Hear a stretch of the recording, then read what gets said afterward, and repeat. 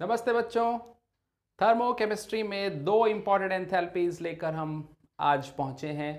पहला enthalpy of combustion जिसमें चीज़ें जलाई जाती हैं, राइट, और दूसरा है एंथैल्पी ऑफ बॉन्ड जिसे हम बॉन्ड एंथैल्पी भी कहते हैं।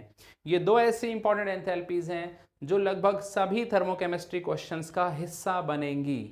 Now let's take the definitions. पहली है एंथैल्पी ऑफ कंबशन। तो ये चीज़ आपको हमेशा याद रखनी है, जब भी हम किसी चीज़ को जलाएंगे तो वो एक मोल होगा, राइट। यानी रिएक्शन जब आप लिखोगे उस कंबशन की, उसमें उसको एक मोल लिखेंगे जिसको जलाया गया होगा, यानी उसका कोफिशिएंट एक रखना होगा, चाहे बाकियों का कोफिशिएंट कैसे भी वो आप मैनेज करना बैलेंस करने के लिए। और जब भी कुछ जलेगा तो जो बनेगा वो स्टेबल ऑक्साइड होगा, राइट। अगर ऑक्साइड्स में कई वैरायटी है तो आपको स्टेबल ऑक्साइड ही सेलेक्ट करना होगा। जैसे कुछ एग्जाम्पल याद रखते जाइए। कार्बन जलेगा तो CO2 बनाना है, तो भाई कार्बन मोनोऑक्साइड नहीं, इसका मतलब कार्बन मोनोऑक्साइड भी जल सकता है, तो CO2 बन गया। सल्फर जलेगा तो SO2, यानी SO3 नहीं, SO3 का बनना ये कंबशन रिएक्शन नहीं कहलाएगी। हाइड्रोकार्बन बहुत ही पॉपुलर एग्जाम्पल स्टूडेंट्स का। हाइड्रोकार्बन जब भी जलेगा तो कार्बन का हिस्सा CO2 देगा और हाइड्रोजन का हिस्सा वाटर। हाइड्रोजन जलेगी तो वाटर मिलेगा ही। और बात गौर कीजिए, स्टेबल ऑक्साइड्स गैसियस भी हो सकते हैं जैसे कि CO2 SO2, और लिक्विड भी हो सकते हैं जैसे कि वाटर। यानी आपको एक बात क्लियर रखनी है ध्यान में कि हाइड्रोकार्बन की जब भी आप कंबशन रिएक्शन लिखोगे तो आप वाटर की जो फेज है वो लिक्विड ही लिखेंगे, जब तक कि सवाल ये ना कह दे कि रिएक्शन की जो कंडीशन है उसका जो तापमान है वो पानी के बॉइलिंग पॉइंट के बराबर या उससे ऊपर है। इन बातों को गौर से आपको देखना होगा। अब आइए हम देखते हैं कि एंथैल्पी ऑफ कंबशन जो हम बॉम्ब कैलोरीमीटर में मेजर करते हैं वो हमें एंथैल्पी ऑफ फॉर्मेशन तक कैसे पहुंचाती है, क्योंकि साइंस का थर्मोकेमिस्ट्री का एक इंपॉर्टेंट पर्पस है। अगर हमें एंथैल्पी ऑफ फॉर्मेशंस मिल जाएं तो हम किसी भी रिएक्शन की एंथैल्पी आसानी से निकाल सकते हैं without carrying out that reaction. तो बहुत अच्छा सा एग्जाम्पल हमने बनाया है। हम ये जानना चाहते हैं कि कार्बन मोनोऑक्साइड के फॉर्मेशन की एंथैल्पी कितनी है जब डेटा हमें दिया गया है कार्बन मोनोऑक्साइड के कंबशन का और ग्रेफाइट के कंबशन का। तो ये सवाल हमारे लिए इस तरह से होगा, जिस रिएक्शन की एंथैल्पी हमें पूछी है पहले हम उस रिएक्शन को अच्छे से एक्सप्रेस करेंगे बैलेंस करके। तो देखो कार्बन मोनोऑक्साइड जब बनना होगा तो वो अपने एलिमेंट से बनेगा। पहला ग्रेफाइट, तो कोफिशिएंट उसका 1 रहेगा क्योंकि इसका कोफिशिएंट 1 है, और ऑक्सीजन को हम हाफ O2 लेंगे क्योंकि हमें एक ही ऑक्सीजन एटम चाहिए। सो ये है हमारी टारगेट इक्वेशन जिसे हम 1 मान लेते हैं, और जो हमें डेटा दिया है आइए उसको एक्सप्रेस करें। कार्बन मोनोऑक्साइड को जला दें तो 1 मोल कार्बन मोनोऑक्साइड जलाओ तो हाफ O2 से CO2 बनेगी, इक्वेशन 2। इसकी एंथैल्पी है ए के अंदर खुद ही कोई साइन छुपा होगा, आपको एक्स्ट्रा साइन नहीं लगाना।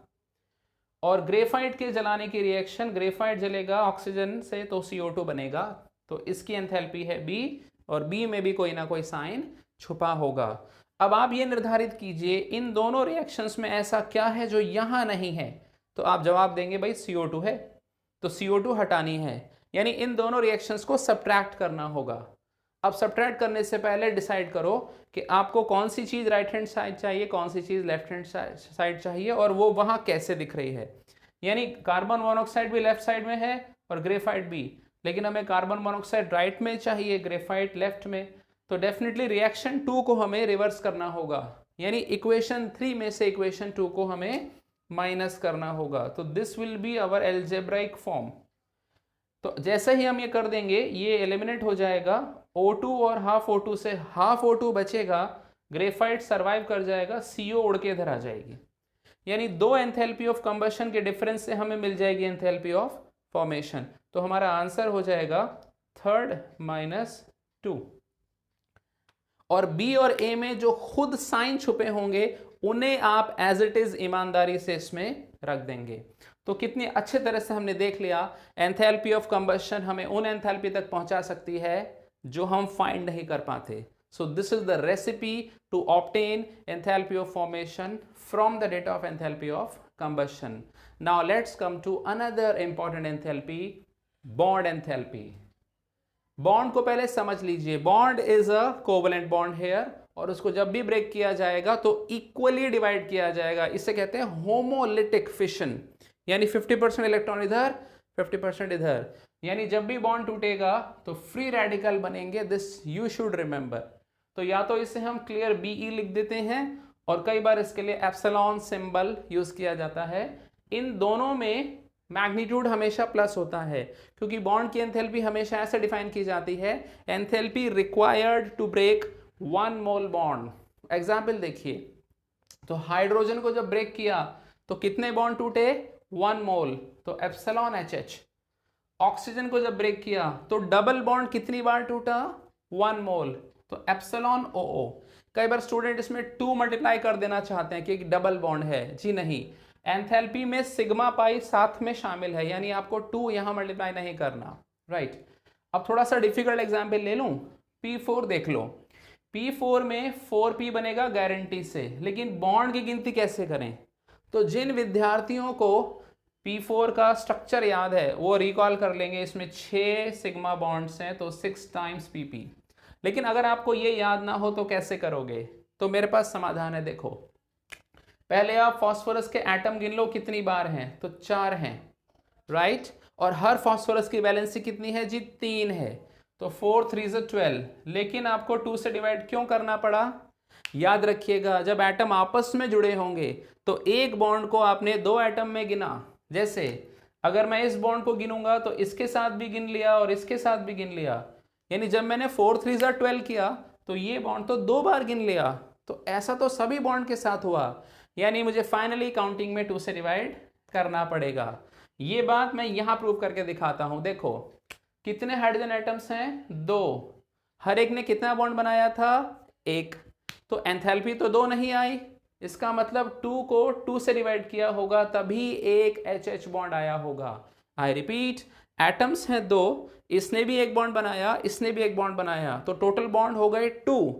बट डिवाइड बाय 2 क्यों किया? क्योंकि आपने उसको 2 बार गिना. अब एक टफ केस देखिए, स्टूडेंट इसमें काफी उलझते हैं.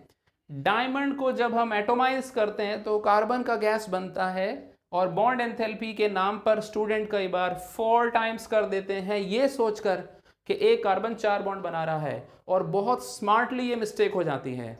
वो ये बात भूल जाते हैं कि जब आपने बॉन्ड को गिना तो एक बॉन्ड में आपने एक बार इस कार्बन के साथ गिन लिया, एक बार इस कार्बन के साथ. तो याद रखिएगा, 1 मोल कार्बन वाला डायमंड जब एटोमाइज किया जाएगा तो बॉन्ड एंथैल्पी में 2 का फैक्टर आएगा, 4 का नहीं. कैसे? How many carbon atoms? 1 mole. What is the valency of carbon? 4. तो 2 कैसे आया? Divide by 2, because each bond is counted 2 times. तो नेवर फॉरगेट दिस लॉजिक. अब आइए लास्ट में इलस्ट्रेशन लें. Find the enthalpy of reaction of formation of ammonia. इसे हम फॉर्मेशन नाम नहीं देंगे, इसे जनरल कहेंगे, क्योंकि यहाँ 2 मोल है. तो find the enthalpy of this reaction. और हमें बॉन्ड एंथैल्पी दी है ट्रिपल बॉन्ड की A, हाइड्रोजन के सिंगल बॉन्ड की B, और अमोनिया के एक NH बॉन्ड की C. तो गिनने का तरीका, पहले लुईस डॉट स्ट्रक्चर आपके सामने आ गए. तो ट्रिपल बॉन्ड एक बार है तो A ये हुआ एंडोथर्मिक पार्ट, प्लस B कितनी बार है? 3 बार है, क्योंकि 3 मॉलिक्यूल हाइड्रोजन के दिख रहे हैं, और अमोनिया के 2 दिख रहे हैं मॉलिक्यूल, और हर अमोनिया में कितने बॉन्ड हैं? 3. तो total 6. So this is the logic. Enthalpy of bond reactants minus enthalpy of bond products.